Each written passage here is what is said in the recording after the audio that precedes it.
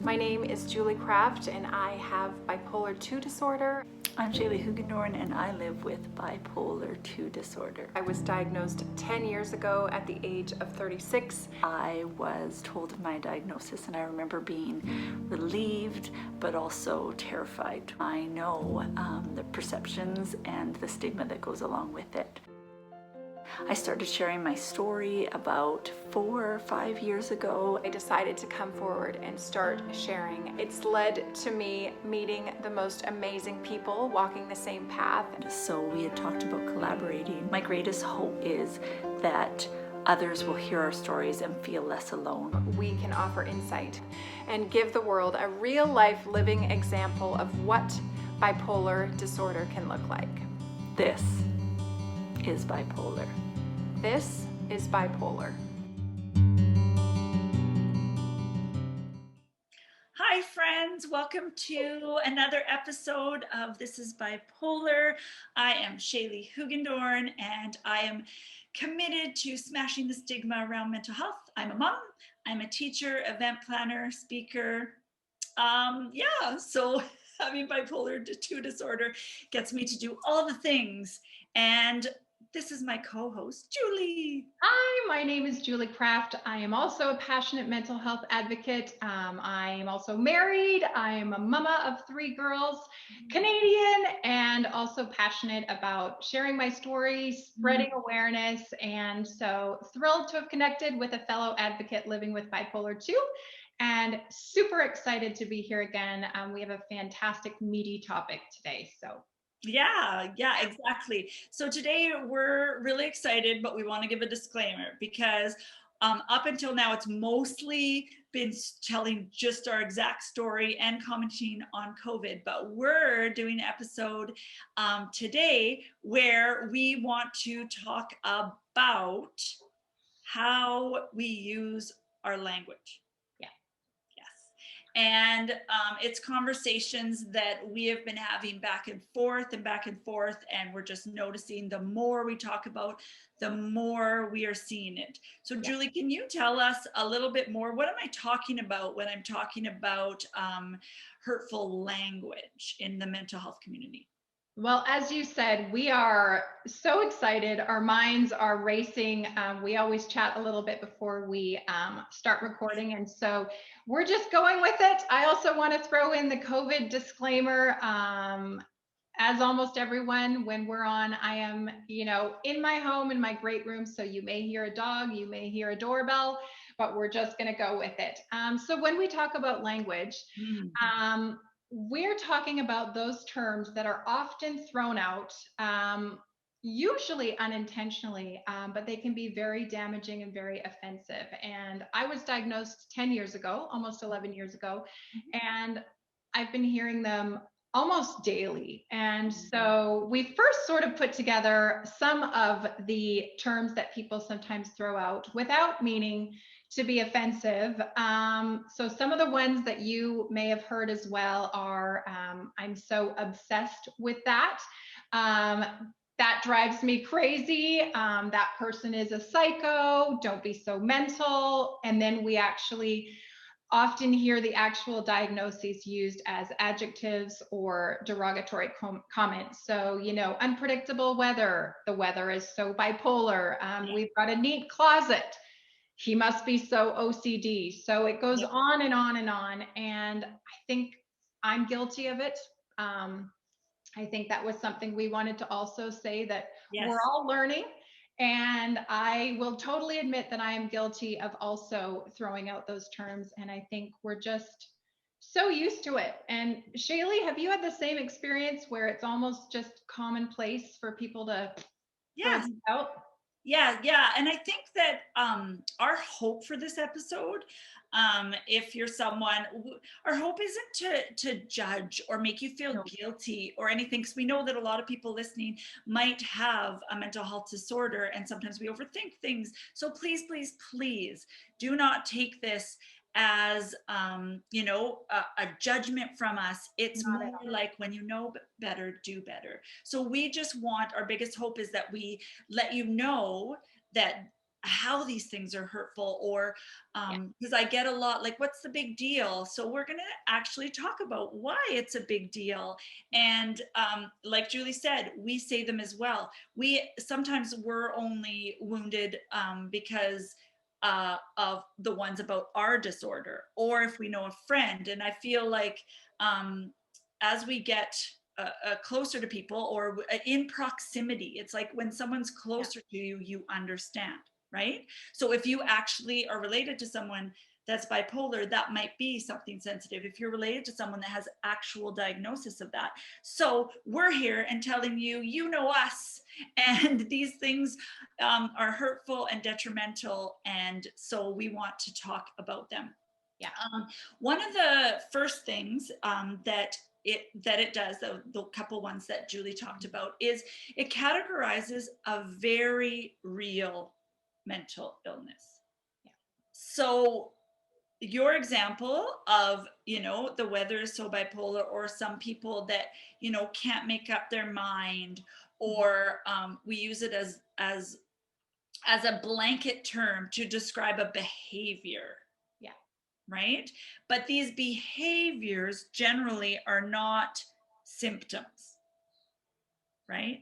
So, for example, Julie was just talking about the OCD one. So there's a couple of ways that's used.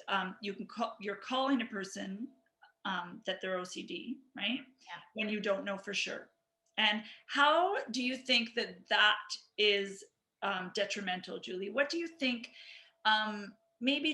What do you think that someone that actually has OCD might feel when something's described so flippantly?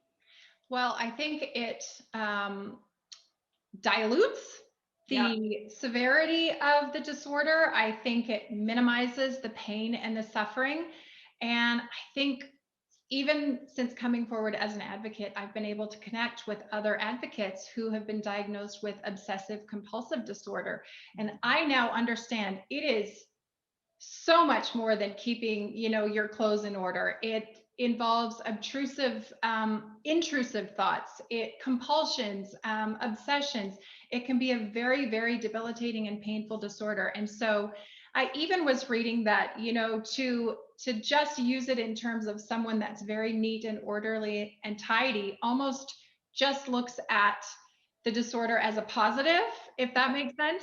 Yeah. And so it can just be, and I can only speak from experience when I've heard someone throw out the word bipolar, to describe a moody girlfriend, or, someone that is stalking an ex-boyfriend, or a moody mother-in-law, or a child that's misbehaving.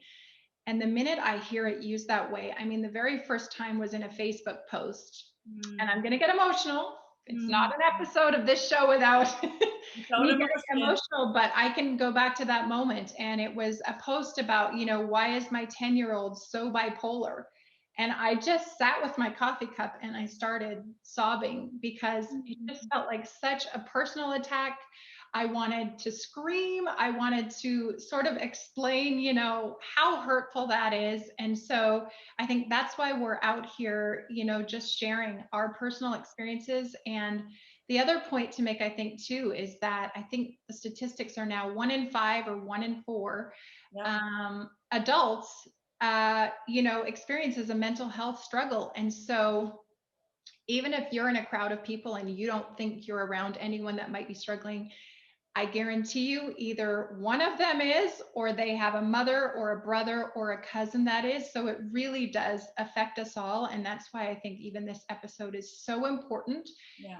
Both for those of us, living with a mental health diagnosis, but also for anyone out there, living alongside, just to sort of take notice and take, accountability for the language. So did I answer your question? I know I'm rambling, but I just, there's so much to talk about and I'm so passionate about it. Yeah. So yeah.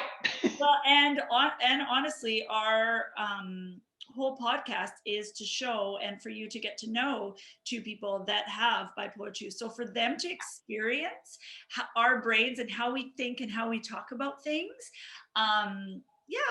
I think I think we don't need to apologize for our process of thinking.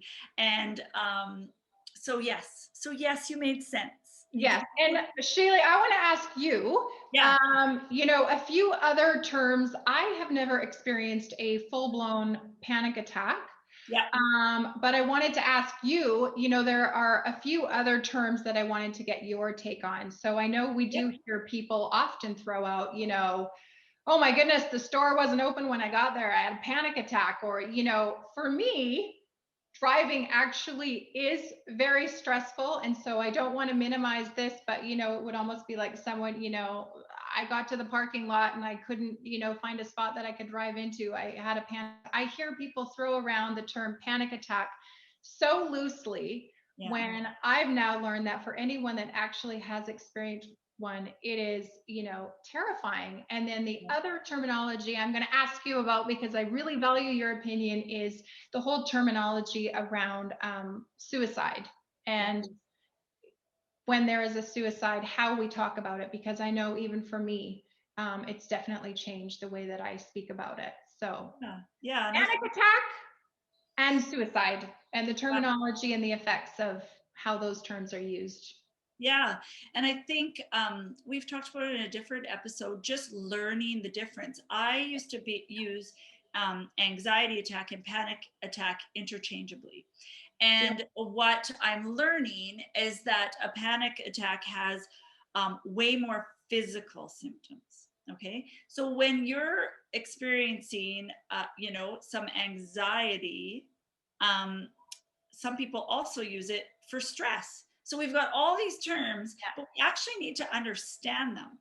So when you can be super stressed out about something, but not have an anxiety disorder.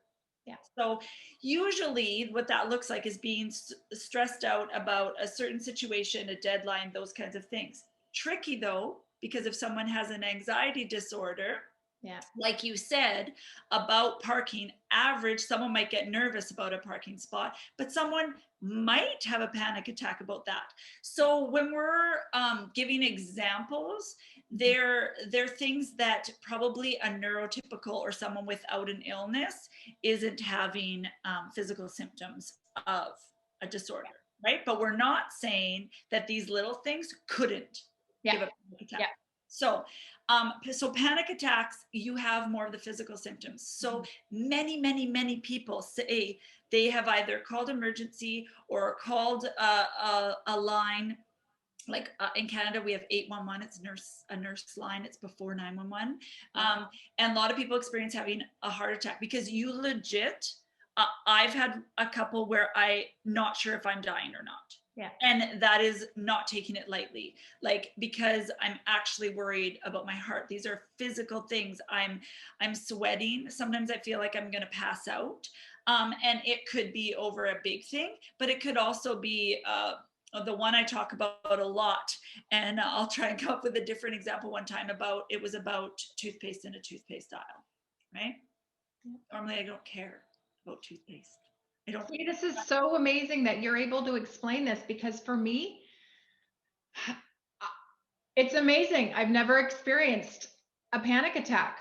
So for me to hear you actually describe the physical symptoms that you feel, I have a whole new understanding. Whole new understanding. And one of the things about it too is that because of all our stigma and shame and all these things about it, is you want to get away, right? Or you want to hide, or you don't want anyone to see, when chances are being with someone or talking it out or whatever would actually calm you down. But you're almost doing the opposite, because when we're in pain, physical, mental, our first instinct for our body to protect us is get away from it, right? So that's the difference. So maybe we need to think about, when we're using words, we're going to think about the severity of what we feel and the symptoms of what we feel. So if you're nervous or stressed, use those words. Because it takes away from the anxiety and panic words. And then when people go and finally get help, or feel brave enough to get help or start talking about it, we don't have words to describe, because if these are thrown around flippantly, you're not going to see the severity of what I'm feeling. Yeah, it's true. Right? I hear people throw out, I had a panic attack. If someone legit is having a panic attack, I think that could easily cause someone to say, yeah, I had one the other day at the mall too. It's like, no, no, no, no, no, no, no. So I know for me now, I just have a stop if that word is on the tip of my tongue, I just say to myself, no, this is not a panic attack from what Shaley has now described. I'm going to pick a different term. And I know the same goes for sadness. I'm sad or I'm depressed. Some person might say, my TV series just got canceled. I'm so depressed. It's like, for someone that suffers from actual legitimate depression, it is very different. Very, very different.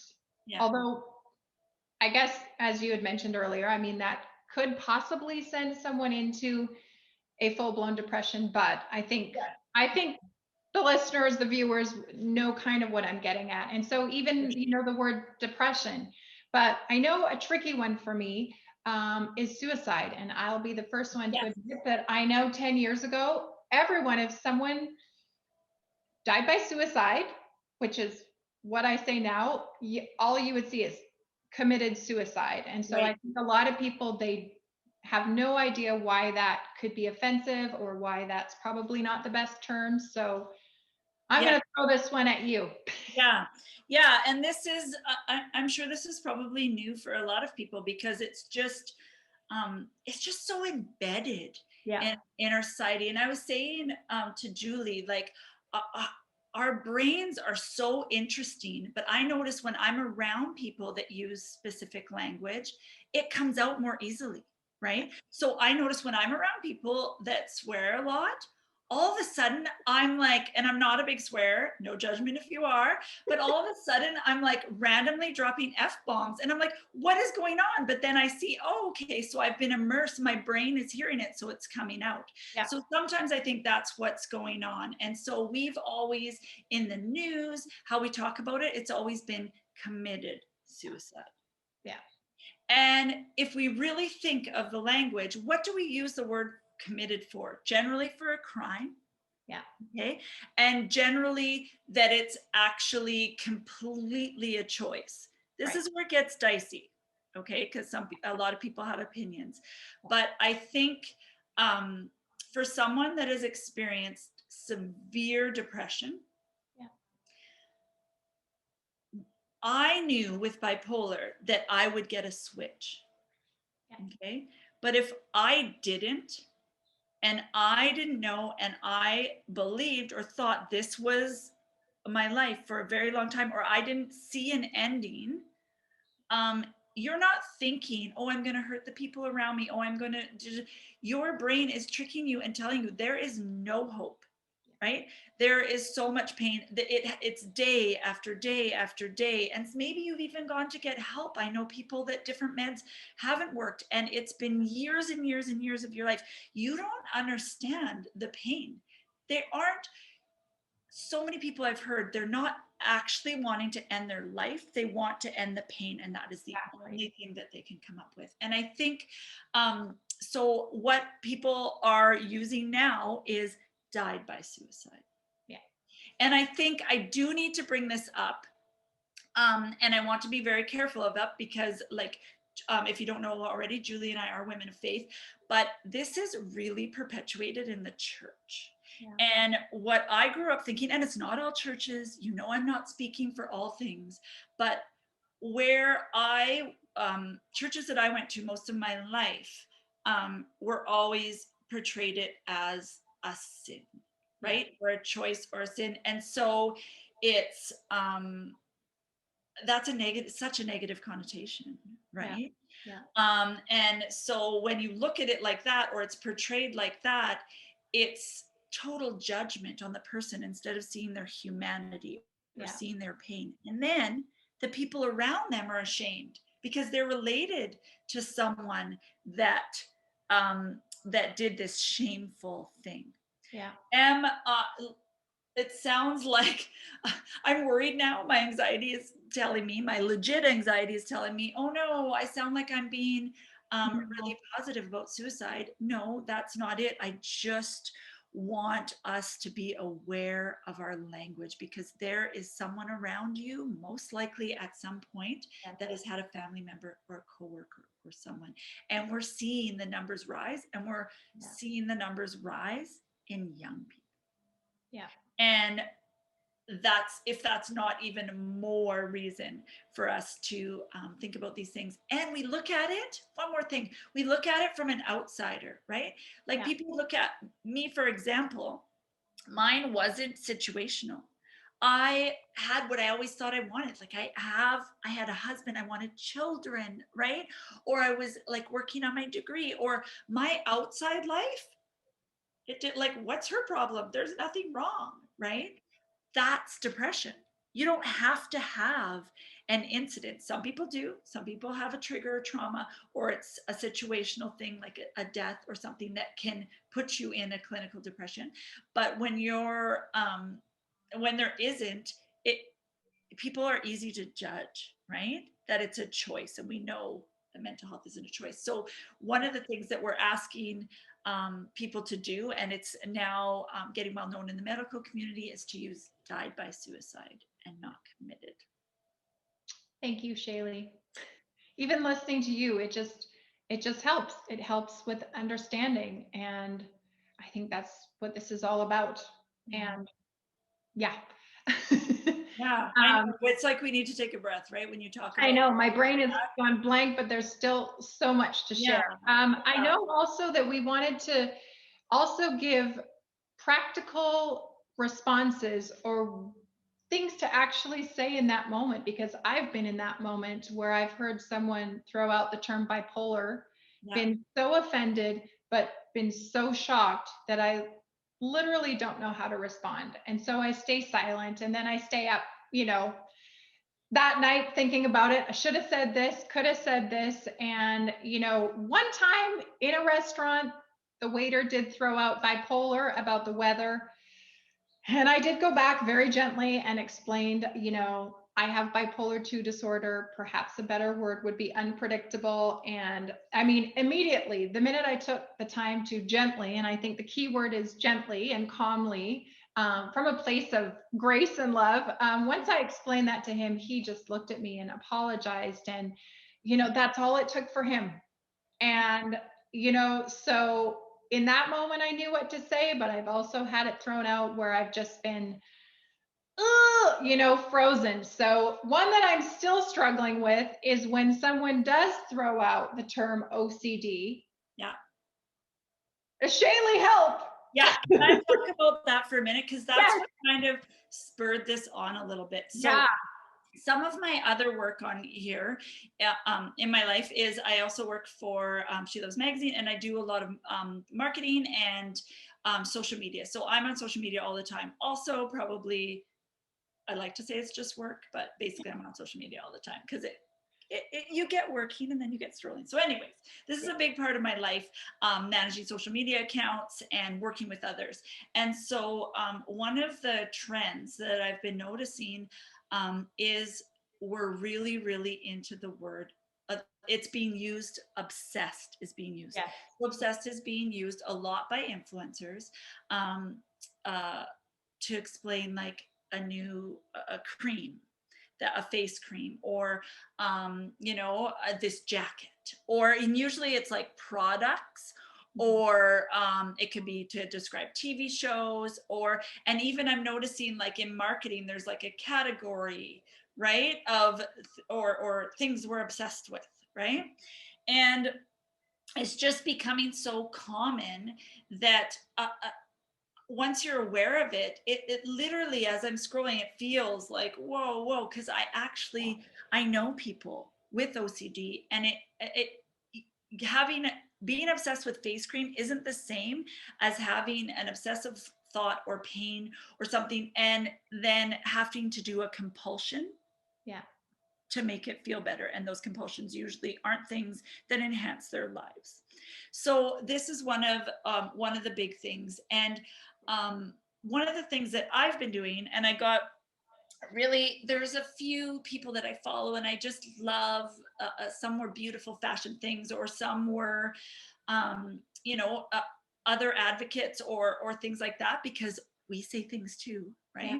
Are using this term. And so, but I was seeing it a lot with certain ones, and I'm like, I don't want to, it was really hurting. I was thinking of my friends that were suffering. And so I decided, okay, I don't know these people, but people get a following by having a bunch of people. And if you've got a bunch of people, and 1 in 5, 1 in 4, depending on the day that they do the statistics, has it, then it is your followers. And if you're claiming to care about your followers, then you're probably hurting very many of them.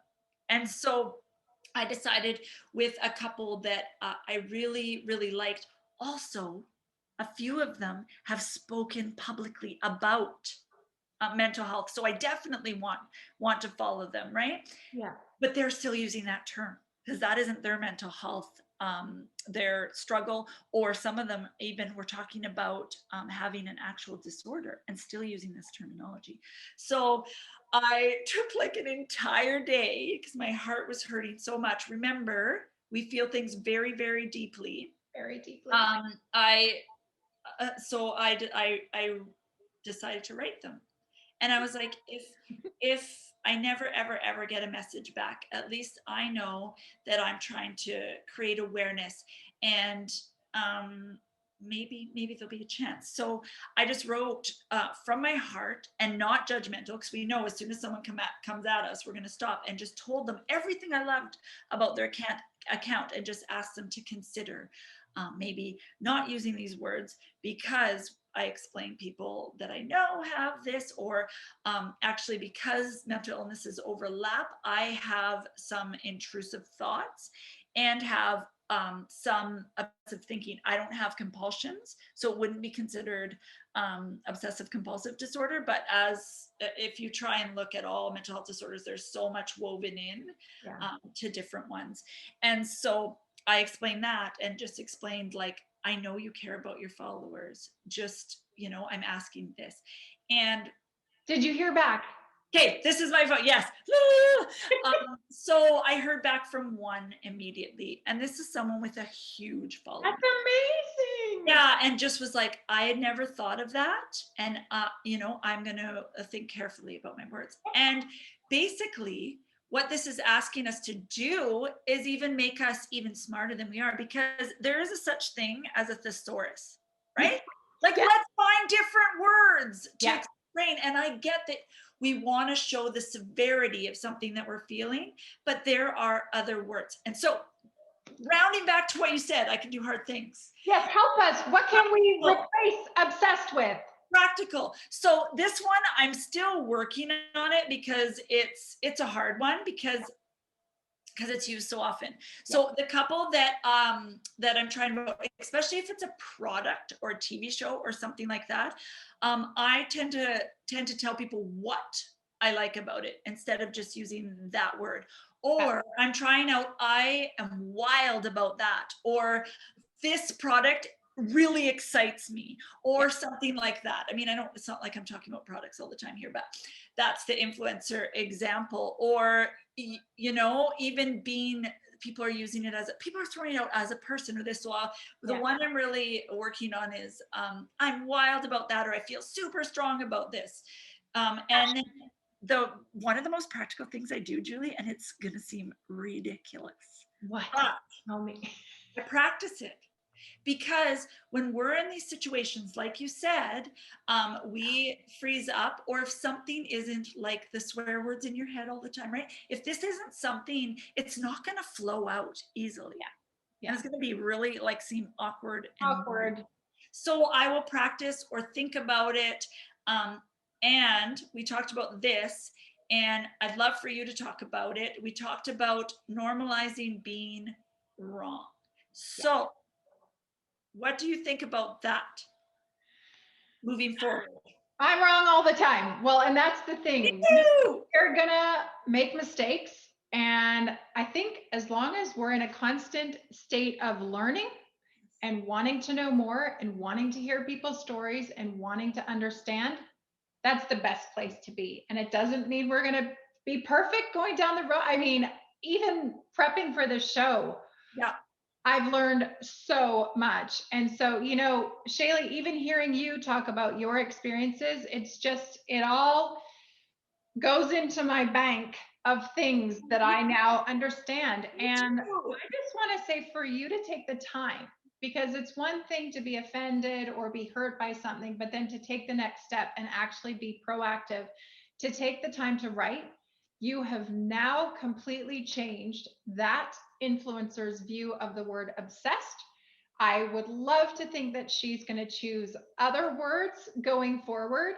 And I would also hope that in her social circle, if she's out on a Friday night and her, friend pulls out a lipstick and says, I'm obsessed with this, she can then have a conversation. And I think that's how it starts.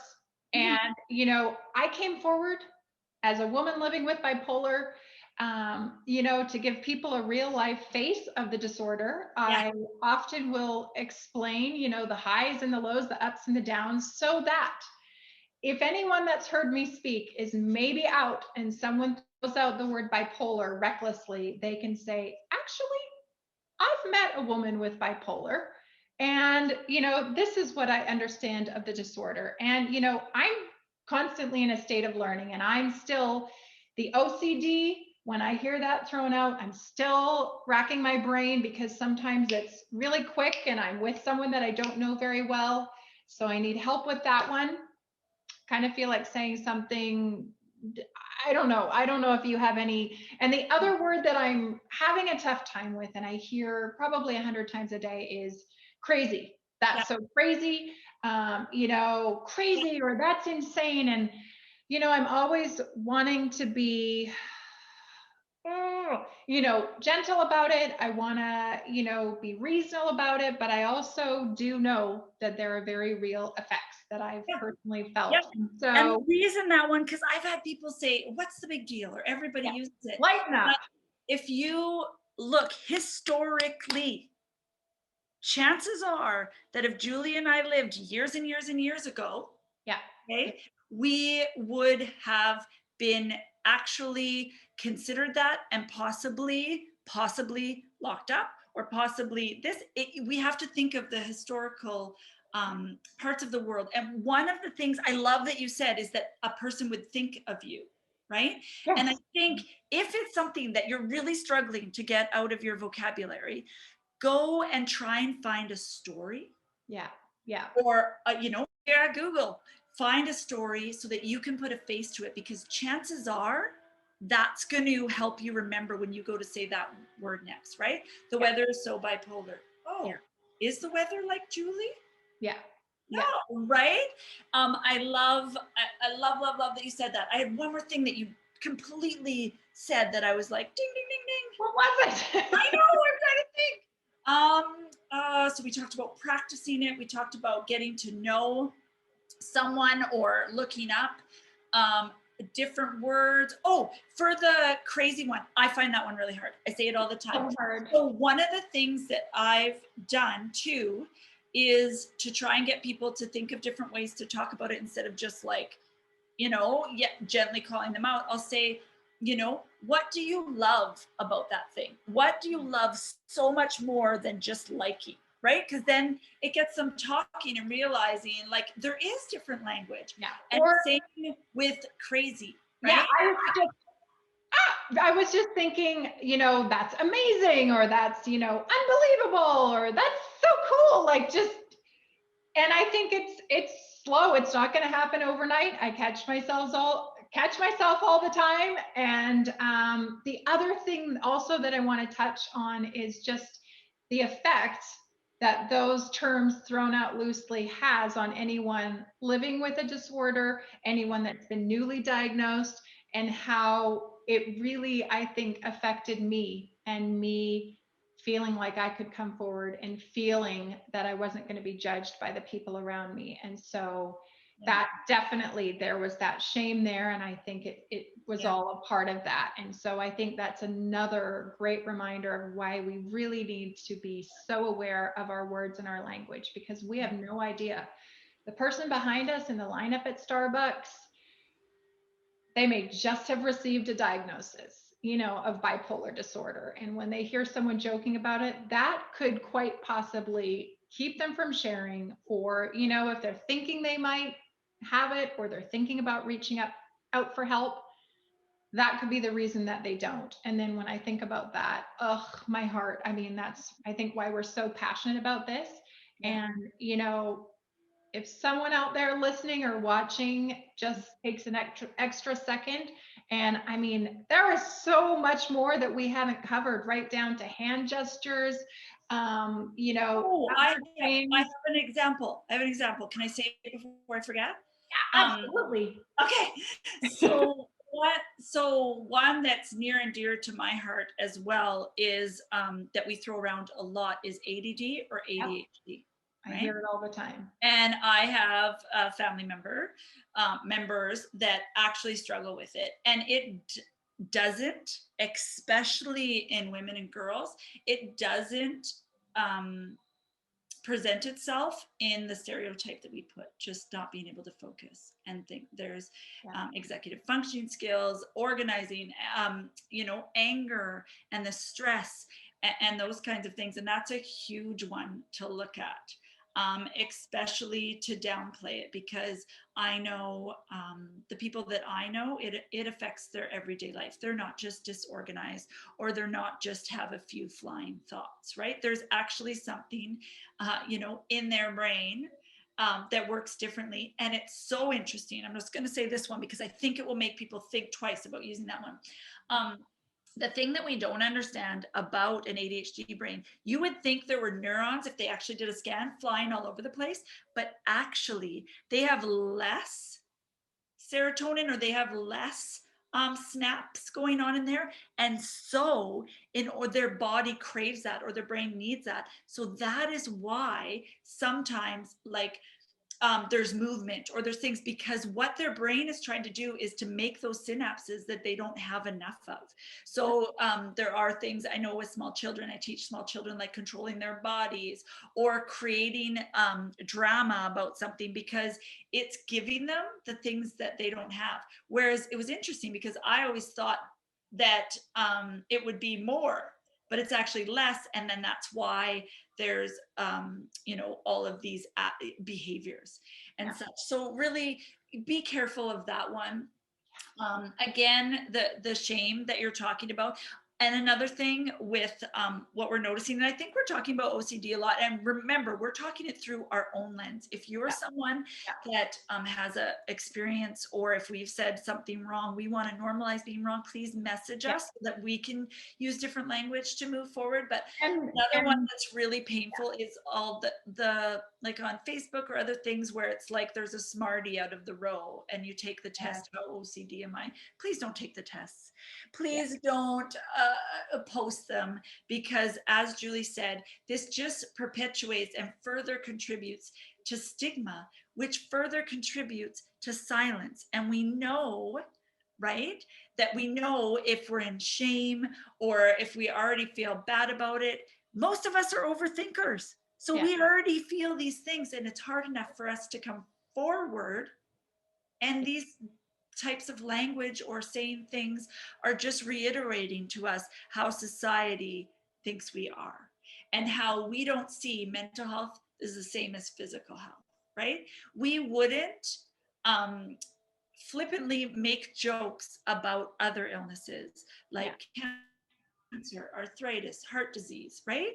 We wouldn't do that, because we give this message that it's controllable, right? That I'm actually making a choice. And I think it leads to, the more those terms are thrown around and misunderstood, it just leads to a lack of empathy. So that's another, point or angle to look at it from. And so, you're right. You're right, because I think we've talked about this before, and we are huge fans of Brene Brown, shame scientist, vulnerability scientist. The difference between empathy and sympathy. Yeah. Right? Feel for us, feel with us. Don't feel sorry for us. We feel that, right? That's saying there's something wrong with you. Whereas empathy is saying, I'm there for you, right? I don't understand if you don't understand, but I'm here and I want to try and understand you. And I think that's gonna make all the difference. And I think trying to eradicate these terms now is going to help our children and our children's children just be able to be so open. And I don't know if I've told you this yet, Julie, but I do have hope. I do too. I mean, we both do, but I do have such hope that it's happening right now in schools and such. I don't think I told you, but my daughter, they're doing inquiries, they call them, so they get to pick the topic they want to research and present about. And I didn't even know. She didn't even tell me right away, but one of my daughters, she picked bipolar disorder. Yay! And she wanted to talk about it and think about that. Like if my mom had mental illness when I was in my most, caring about what people think stage, right? Middle school, would I have wanted to tell people, right? And she interviewed me. So that's amazing. Caring about what everybody thinks, but still normalizing it, like, this is my mom. There's not as much shame attached to it because we're talking about it. And we think, what are these big solutions to mental health? Talking about it, normalizing being wrong, hearing people's stories, right? There are things we can do. Yeah, I'm so hopeful too. I mean, I see even my daughter. Yay for our daughters. I think we're raising many mental health advocates, but I forget what game she was playing online, and someone threw out the term bipolar and she wrote right back, I do not appreciate it when you use that term in a negative way. My mother has bipolar. And I'm like, yay! So little things here and there. And I look back at, how much more open, and I have so much hope for the kids coming up that they're more educated, more aware. And I think, we don't have to go out and change the world tomorrow, but our greatest hope with this episode is if we've even opened your eyes or explained even about, one of these terms, that if you even, think a little longer or find a different word, then this has all been worth it. Yes. 100%. And we just love, I know people are always asking for takeaways, and I love the things that we said, Julie, just, listening to people's stories so that you know someone, trying to replace language. We all know, what the source is, and now you don't even have to go get the big book. You got your phone. Right. And I think the important thing too is to give it some thought ahead of time, because in that moment it's easy to freeze. So I've got some new comebacks, even from our episode, just like even from listening to you speak. So yes. Oh, you. Yeah. And I think too, if it's people you can always go back, right? So if it's triggering for you, you can always go back. Yeah. And if it doesn't feel safe in a situation, right? Like we're not asking, it's even happened to us to go call everybody out, but where you start, and you start in your circle as well. We have so much hope in you, that you're even here listening to us, that you care about these things. So thank you. Yes. Thank you for sharing this message. And we showed it through our lens, and we'd love to hear your different ideas. Message us. We're always open to that because we've given you a glimpse into our minds. This is bipolar. This is bipolar.